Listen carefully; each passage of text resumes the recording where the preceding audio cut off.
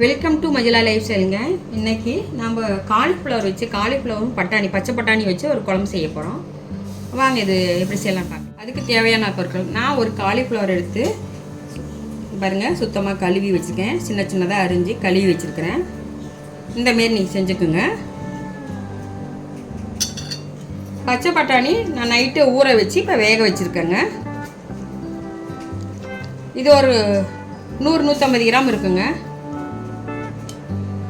இப்போ இதுக்கு மசாலா நம்ம அரைக்கலாங்க, அது பார்க்கலாம். 1 கப்பு சின்ன வெங்காயம், 1/4 மூடி தேங்காய், ஒரு 5-6 பூண்டு,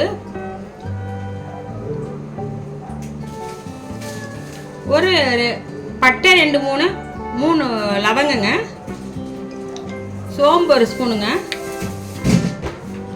மஞ்சத்தூள் 1/4 டீஸ்பூன் மஞ்சத்தூளுங்க,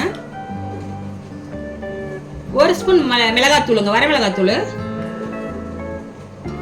இது வந்து கறி மசாலா தூள், நான் வீட்டிலேயே அரைச்சதுங்க. இது ஒரு 4 ஸ்பூனுங்க. பாருங்க, இஞ்சி 1 துண்டுங்க. இப்போ இதெல்லாம் அரைக்கிறதுக்குங்க. தாளிக்கிறதுக்கு பார்க்கலாங்க.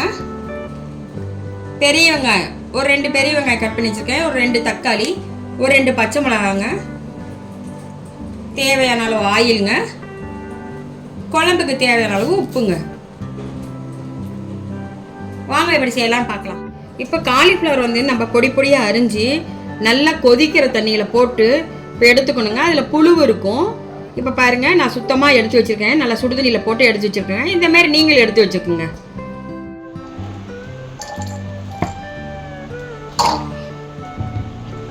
நான் வெங்காயத்தை போட்டுக்கிறேங்க.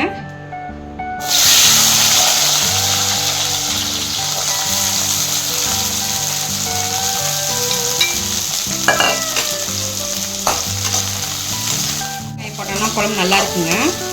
இந்தமாரி இப்படி நீங்கள் வணக்கி போட்டு செஞ்சிங்கன்னா குழம்பு நல்லாயிருக்கும்.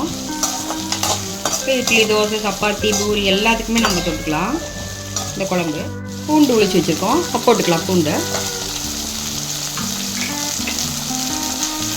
நான் பட்டை கிராம்பு எடுத்து வச்சுருக்கேங்க.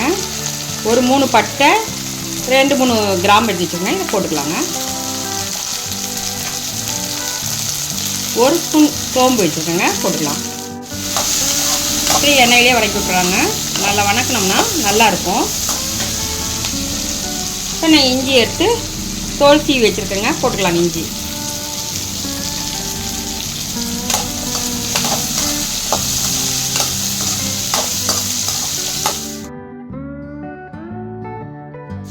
நம்ம மிளகாத்தூள் எடுத்து வச்சோம் இல்லைங்களா, இதை போட்டுக்கலாம். மஞ்சத்தூள் போட்டுக்கலாங்க, 1 ஸ்பூனு.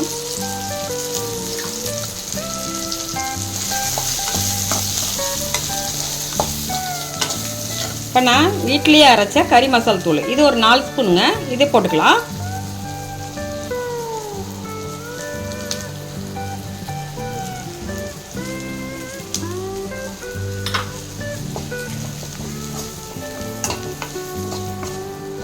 நல்லா எண்ணெயிலே வணக்கி விட்டுருவாங்க.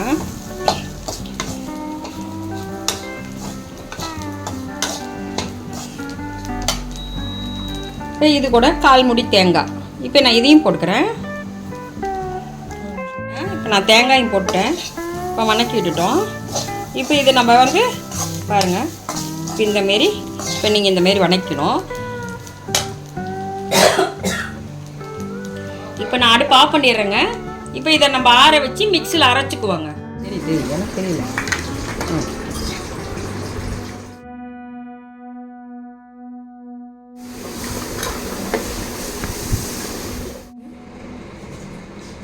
பாருங்கள், அரைச்சிட்டோம்.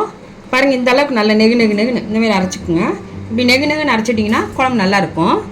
இந்தமாரி இப்போ நம்ம தாளிச்சு விட்டுலாங்க. தாளிச்சு விட்டுலாம். இப்போ அதுக்கு தேவையான அளவு ஆயில் ஊற்றுறாங்க. ஒரு 2-3 ஸ்பூன் ஊற்றிங்க.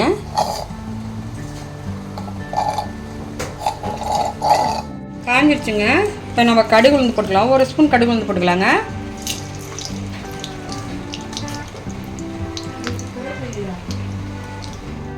இப்போ நான் ஒரு 2 பச்சை மிளகாய் எடுத்து வச்சுருக்கேன், இதை போட்டுக்கலாம். 2 பெரிய வெங்காயம் கட் பண்ணி வச்சுருக்கேன் நீளமாக, இந்த அளவு கட் பண்ணிக்கோங்க, போட்டுக்கலாம்.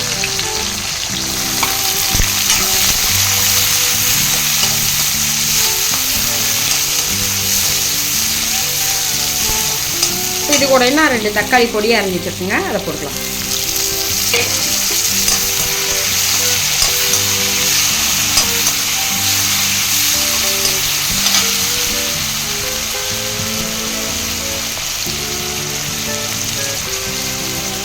இந்த குழம்புக்கு தேவையான அளவு நான் உப்பு போடுறேங்க. இந்த அளவு.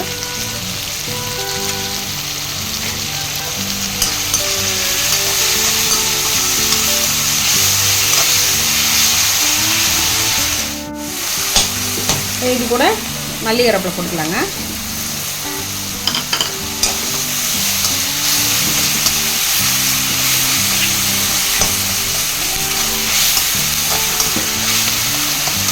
நல்லா வணக்கி விட்டு போட்டோம்னா நல்லாயிருக்கும். பாருங்கள், இந்த அளவுக்கு நல்லா வணங்கிடுச்சு. இப்போ நம்ம வந்து பட்டாணி வந்து நைட்டே நான் ஊற வச்சு இப்போ வேக வச்சு வச்சுருக்கேன். இப்போ நான் இதை சேர்த்திக்கிறேங்க.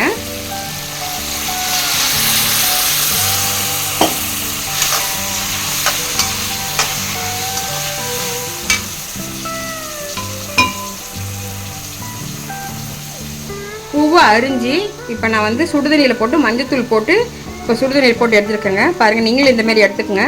அதில் சின்ன சின்ன புழு இருந்தால் கூட போயிடும். இந்தமாரி நீங்கள் எடுத்துக்கங்க செஞ்சு. இந்த அளவுக்கு கட் பண்ணிக்கிங்க. இப்போ நான் இதில் சேர்த்திக்கிறேங்க.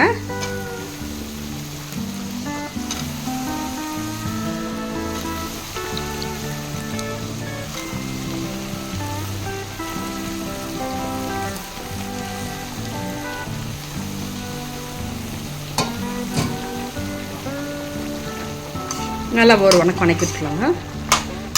நல்லா காய் வணங்கிச்சு. இப்போ நம்ம அரைச்சி வச்சுருக்கோங்களே, அதை ஊற்றிக்கலாங்க. நான் இதை ஊற்றிடுறேன்.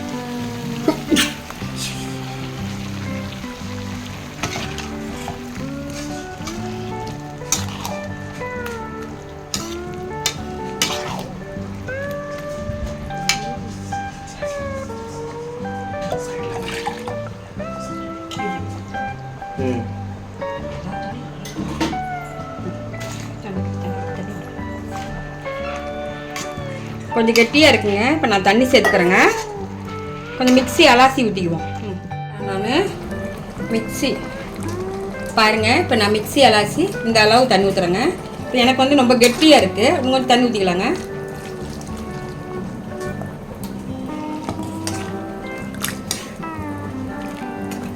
ஊற்றியாச்சுங்க.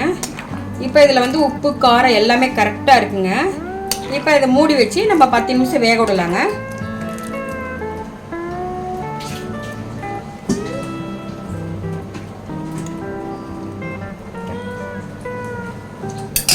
இதை மூடி வச்சு ஒரு 10 நிமிஷம் வேக விடுவோங்க. நம்ம ஒரு 10 நிமிஷம் கூட்டி வச்சோம். இப்போ நல்லா குழம்பு கொதி வந்துடுச்சு. குழம்பு ரெடி ஆயிடுச்சுங்க.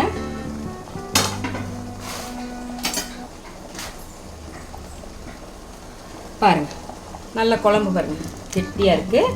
நல்லா வெந்துச்சு. காலிஃப்ளவர் பட்டாணி எல்லாம் நல்லா வெந்துருச்சுங்க. இப்போ குழம்பு ரெடி ஆயிடுச்சு. இப்போ பார்க்கலாங்களா?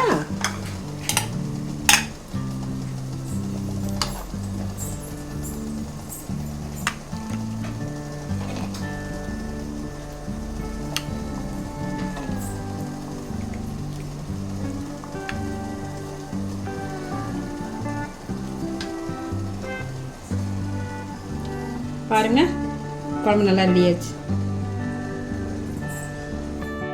பச்சை பட்டாணி குழம்பு ரெடி ஆயிடுச்சுங்க. இந்த மாரி நீங்கள் வீட்டில் செஞ்சு பார்த்துட்டு எப்படி இருக்குன்னு சொல்லுங்கள். வாங்க சாப்பிட்லாம்.